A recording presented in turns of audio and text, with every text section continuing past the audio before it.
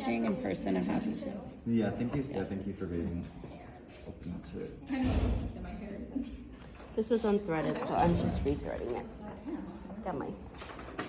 And I did what I warned you guys not to do. I left all my stuff here.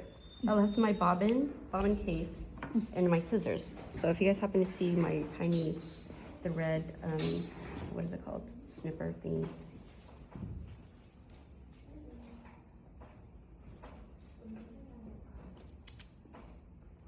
What does it look like?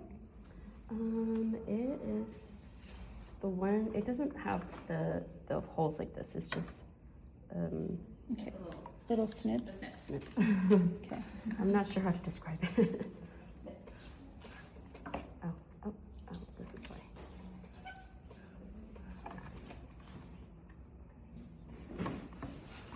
why. Okay. Techniques to sewing a dart that I've kind of just picked up throughout the years.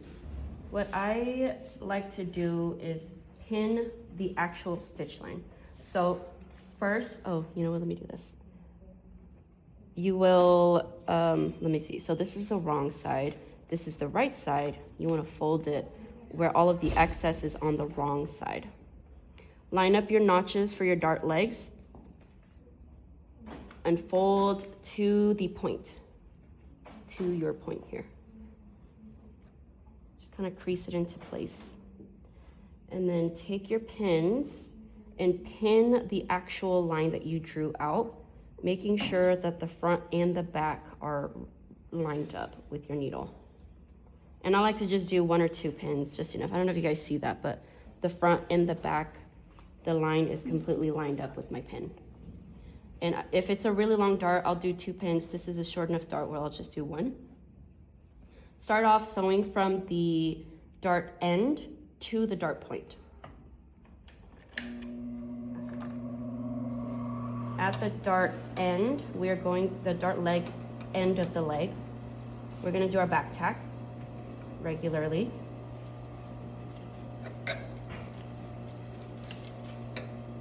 Stitch until you get close.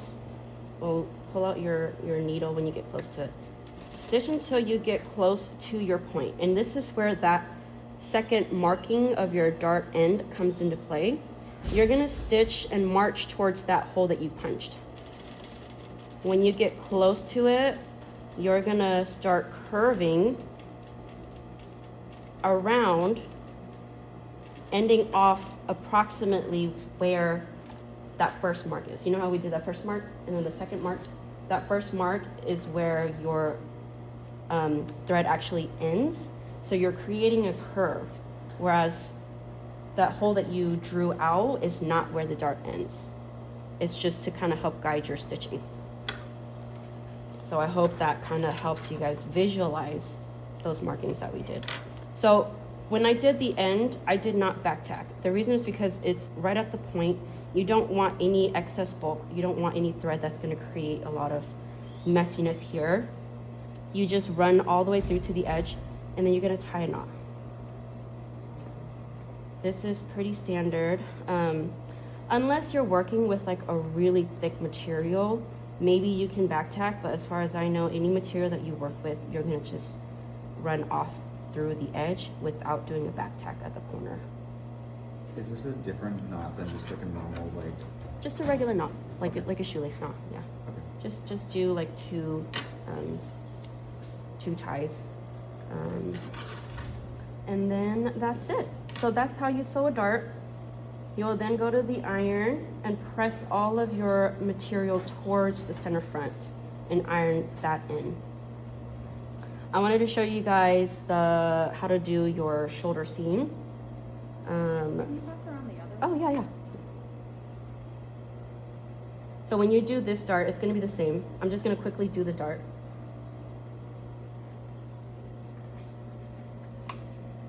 And this is a very small dart, so I'm not gonna put any pins in.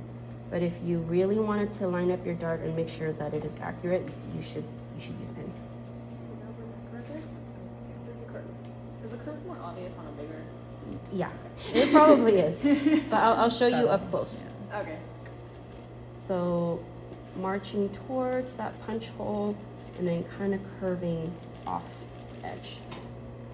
And the punch hole is not like where the dart ends, it's a quarter of an inch out into the dart. Yes. And then okay.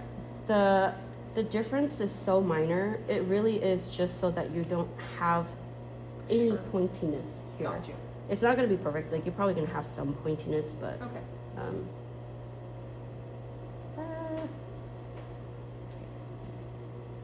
So do your knot.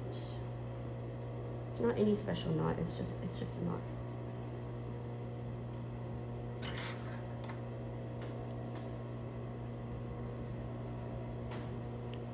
Oops. Okay. And then I wanted to show you guys just how to do your join seams. So once you do your dart, I would then go to the iron, press all of your darts where it needs to go before you stitch your seams together. If I can have this back.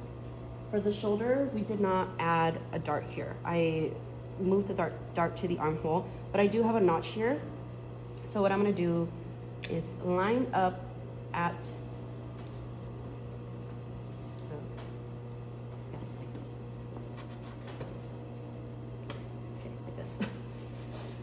put your your right sides together and line up where your notches are, where your corners, your edges are. Use pins as needed. This is very crucial if you have seams and you have darts that run through the front and the back. So for the front, I don't have any darts here, but if you did have a dart, you want them to line up. So what I like to do is put a pin right at the stitch line where the two darts and the seams intersect. Put a needle through there, and when I stitch, I will make sure I stitch right over that line. This almost always guarantees that it's going to be a nice smooth seam transition from the front and the back. I'm not going to pin it. This is a pretty small edge. Can I mention something that sometimes throws me? Yeah. So when you're lining up, like, you'll notice the point won't necessarily match this point, whereas it's where it matches is where the seam is, where the seam allowance would be. So like sometimes I'd be like, oh no, it's too long, but it's actually not, because you want to look where the fabric comes together at the seam. Yeah, so what Izzy is saying is that you have your edge of your seam allowance and you have your stitch line, which is the line that you usually draw when you trace out your bodice. That's your stitch line that you're running through the machine. So you want to line that edge up instead of the edge of your actual fabric. Thanks, Dee Dee. Yeah. And your seam allowance is going to be 1/2 inch. And although this is a half scale, we're going to do our seam allowance as if it was a regular scale. Stitch through. Do your back stitch. You will need to do your back stitch for any join seams that you do. The only time you won't do a back stitch is your dart. And then what you will then do is press your seam open. Go to the iron, press this open in the back, press it open in the front. And you have a nice, clean, smooth surface. And that's it. I didn't do this dart. I'll do this dart afterwards, but I mainly wanted to show you guys just some tips and tricks on how to sew a dart. Any questions on that? What you guys are turning in will just be 1/2 of a bodice, front and the back like this. You don't like connect them on the sides, it's just that. Oh, I could show you guys how to do that, but it will be, yes, it will be the side as well. I'll do that really quick. Wait, so this is what we're turning in? Mm-hmm. But also the sides sewn together. All of the darts sewn, shoulder and the side seam. Okay. But I'm gonna let you guys go so that you guys get a chance to work on your stuff. I will finish this up. The sample will be up here. You guys will sew it exactly as how the sample is. Good? And will do, is this, like, the next seam, is that gonna be anything different from what you've already done? Or will there be guidance on that? The side seam should be the same way you sew here. You just match up your notches. The nice thing about like adding the bust notch is you have something to kind of help you match up. And the more notches, if you need to, you can use you can add more notches as necessary, but usually just one notch at the side seam will do. Actually, I want to show you guys something really quickly too. So if you notice that one of the seams and you're stitching it is longer than the other, what you can do is stretch the seam, stretch the edge. So I'm gonna,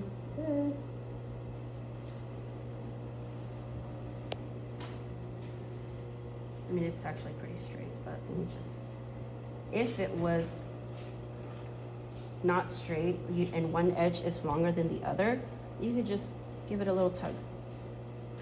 Give it a little tug and hold it in place and then just do your stitching. You'll notice that for the shoulder seam, again, if you're like dealing with something that has ease, one is longer than the other, you've already cut out your fabric and you can't turn back and change your paper pattern, you can kind of just, you know, tug it to help with the cost, help with the issue that you're working with.